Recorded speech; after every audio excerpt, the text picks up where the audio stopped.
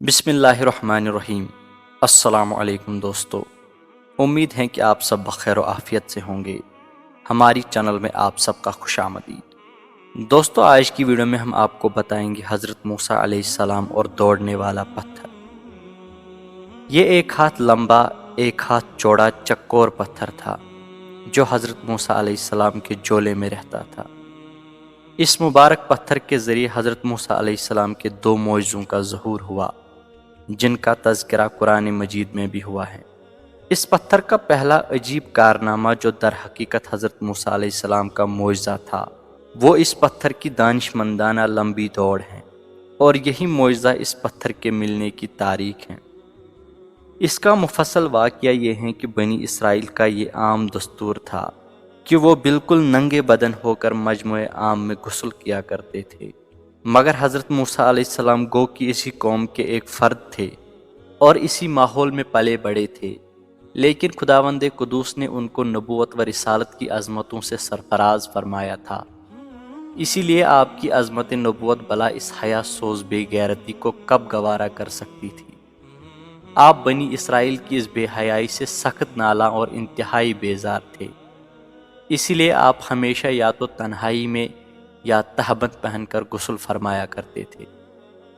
بنی اسرائیل نے جب یہ دیکھا کہ آپ کبھی بھی ننگے ہو کر غسل نہیں فرماتے تو ظالموں نے آپ پر بہتان لگا دیا کہ آپ کے بدن کے اندرونی حصے میں یا تو برز کا سفید داغ ہے یا کوئی ایسا عیب ضرور ہے جس کو چھپانے کے لیے کبھی برہنہ نہیں ہوتے، اور ظالموں نے اس تہمت کا اس قدر اعلان اور چرچا کیا کہ ہر کوچہ بازار میں اس کا پروپیگنڈا پھیل گیا۔ اس مکروہ تہمت کی شورش کا حضرت موسیٰ علیہ السلام کے قلب ناز پر بڑا صدمہ و رنج گزرا اور آپ بڑی کوفت اور اذیت میں پڑ گئے۔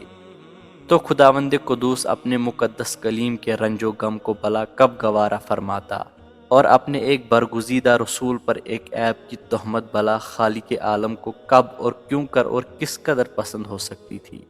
خدا تعالیٰ نے آپ کی برات اور بے عیبی ظاہر کر دینے کا ایک ایسا ذریعہ پیدا فرما دیا کہ دمزد دن میں بنی اسرائیل کے پروپیگنڈے اور ان کے شک و شبہات کے بادل چھٹ گئے، اور آپ کی برات اور بے عیبی کا سورج آفتاب عالم سے زیادہ روشن و آشکار ہو گیا۔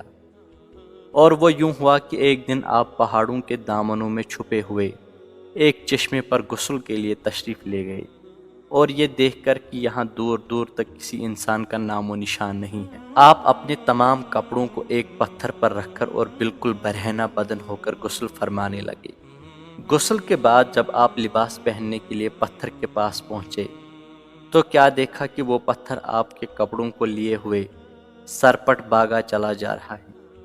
یہ دیکھ کر حضرت موسیٰ علیہ السلام بھی اس پتھر کے پیچھے پیچھے دوڑنے لگے کہ یعنی اے پتھر میرا کپڑا، اے پتھر میرا کپڑا، مگر یہ پتھر برابر بھاگتا رہا، یہاں تک کہ شہر کی بڑی بڑی سڑکوں سے گزرتا ہوا گلی کوچوں میں پہنچ گیا، اور آپ بھی برہنہ بدر ہونے کی حالت میں برابر پتھر کو دوڑاتے چلے گئے۔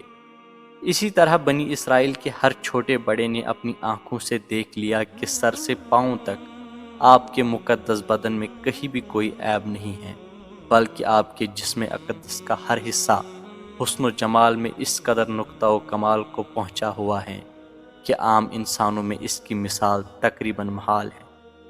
چنانچہ بنی اسرائیل کے ہر فرد کی زبان پر یہی جملہ تھا کہ یعنی خدا کی قسم موسیٰ بالکل ہی بے عیب ہے۔ جب یہ پتھر پوری طرح حضرت موسیٰ علیہ السلام کی برات کا اعلان کر چکا تو خود بخود ٹھہر گیا۔ آپ نے جلدی سے اپنا لباس پہن لیا اور اس پتھر کو اٹھا کر اپنے جولے میں رکھ لیا۔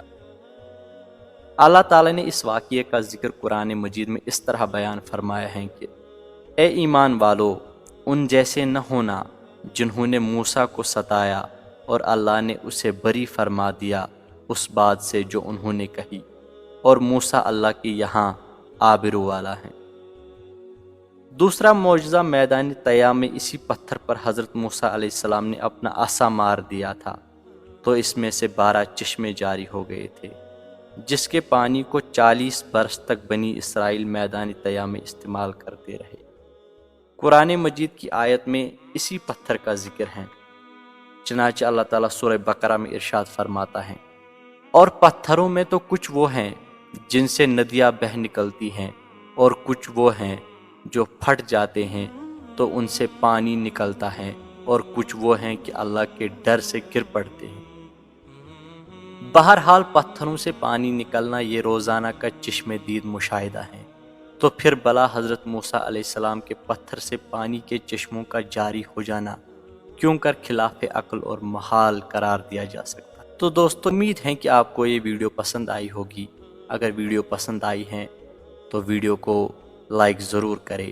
اگر آپ ہماری چینل پر نئے ہیں تو چینل کو سبسکرائب ضرور کریں۔ ملتے ہیں اگلی ویڈیو میں، تب تک کے لیے